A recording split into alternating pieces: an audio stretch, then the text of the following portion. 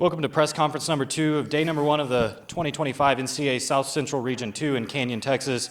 Joining us now are members of the Angelo State Rambell softball team. In the middle, head coach Travis Scott. To coach's left, Lauren De La Cruz. Lauren is a senior infielder from El Paso, Texas. And to coach's right, Averie Gunther. Averie is a infield pitcher, senior from Wiley, Texas. Coach, it gets a little tight there at the end, but Cheyenne Floyd comes up with a huge strikeout to end it. Talk us through the highs and the lows of that last inning, and then finally that last out and the relief. Yeah, that got a little hairier than we wanted there. I don't remember I think the leadoff maybe got a single. You're going to have to help me here. I don't remember. I know Arietta came up with a runner on second and 2 outs, and it's kind of a no-brainer that you got to make somebody else beat you in that situation because she's such a dynamic player and had such a great career. We've had some success against her, but at the same time, you got to make somebody besides her best player beat you in that situation. So we made the decision to intentionally walk her, not thinking Cheyenne was going to come out and hit the next girl in the head to put the winning run at second base. So, yeah, it definitely was a little more nerve-wracking than you would want, but give Mesa credit. They didn't quit. They kept battling. But, in the end, Cheyenne made a great pitch and got the big strikeout for us to seal the win. We'll walk it back to that fourth inning where your team puts up eventually the game-winning runs in an early kind of part of the ballgame, a part that you still have a lot of softball to play, but things are starting to kind of figure itself out. What was the message to the team entering that inning, knowing that, again, you have a dynamic offense yourself, that you can do one swing of the bat and it's a brand new ball game? Well, we came off the field and I just told everybody, I said, okay, let's just slow down and take a deep breath here. We played tight for the first time in a long time. I just didn't feel we've had a great preparation, great last couple of weeks of the season. We have a great season altogether, but the last 2 weeks have been really good.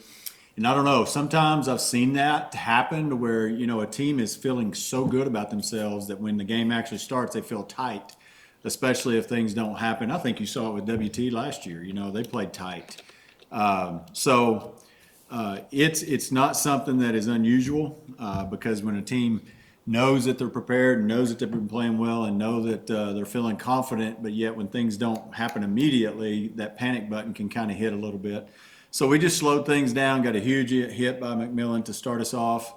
Averie with a shot down the left field line there to put us in position. They made a mistake somewhere, I can't remember exactly where, to score McMillan.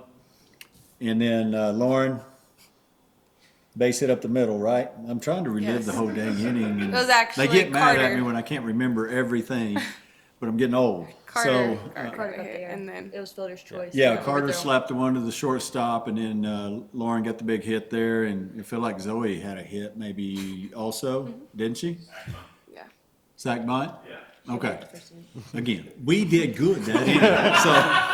So it was a good inning, yeah, and had a chance to score some more there, but Mesa played well. They played good. Like I said, with the last 2 times we faced them at the beginning of the season, and we've had a success. We beat them 6-1 this year. Last year we had them down 7-1, and they came back. We made some changes, and they came back and made it a real close game. But they're in Grand Junction, Colorado, so the first week of February they probably haven't had the preparation outdoors on an actual field that we do, getting to practice in San Angelo. So.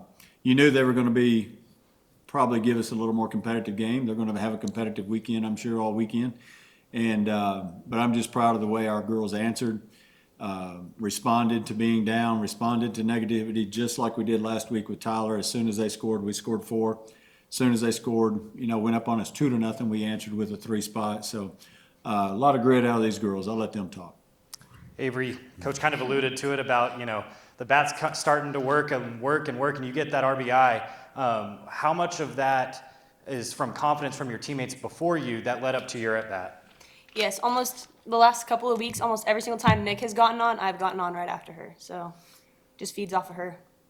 And Lauren, the big hit, the eventually game-winning hit, the single up the middle. What did you see at the plate, knowing that infield was kind of brought in a little bit, but you still were able to just power a ball right back up the middle? It was a single up the middle. Yeah, That's what we said.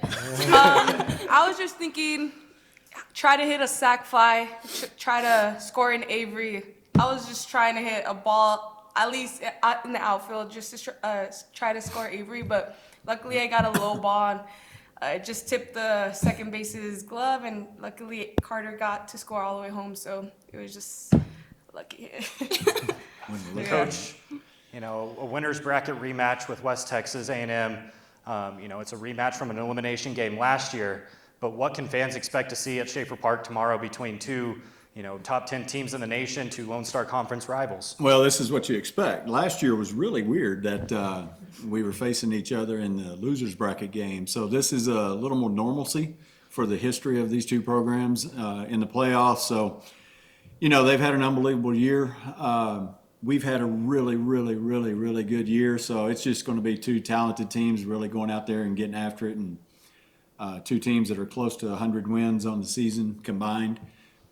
This is what you expect in the Lone Star Conference and in the South Central region. We have played them really well. Lost a nail biter here to them in Game 2 in the regular season. Seventh inning walk-off ground ball that got through. Game 1 was a competitive game till they kind of took over there at the end. I think it was a 10-6 game. And then at our place a couple of weeks ago, we really just went out and played phenomenal, beat them 7-0. And then they beat us 6-2, but it was a 3-1 game in the seventh. So really competitive series, typical Angelo State, West Texas A&M, and we talked about it all week. It's anybody, anywhere, and you know, wherever they're at right now, we're going to play them, and that's who our next opponent is WT at home at WT. Let's go. You know, I know we gotta play really good. We gotta get after their pitching staff. They've got to get after our pitching staff, and it should be a lot of fun. Hopefully the blue and gold can find a way to win at the end of the day. Coach, Lauren, Averie, thank you for joining us. We'll see you back at the park tomorrow. Thank you. Thank you.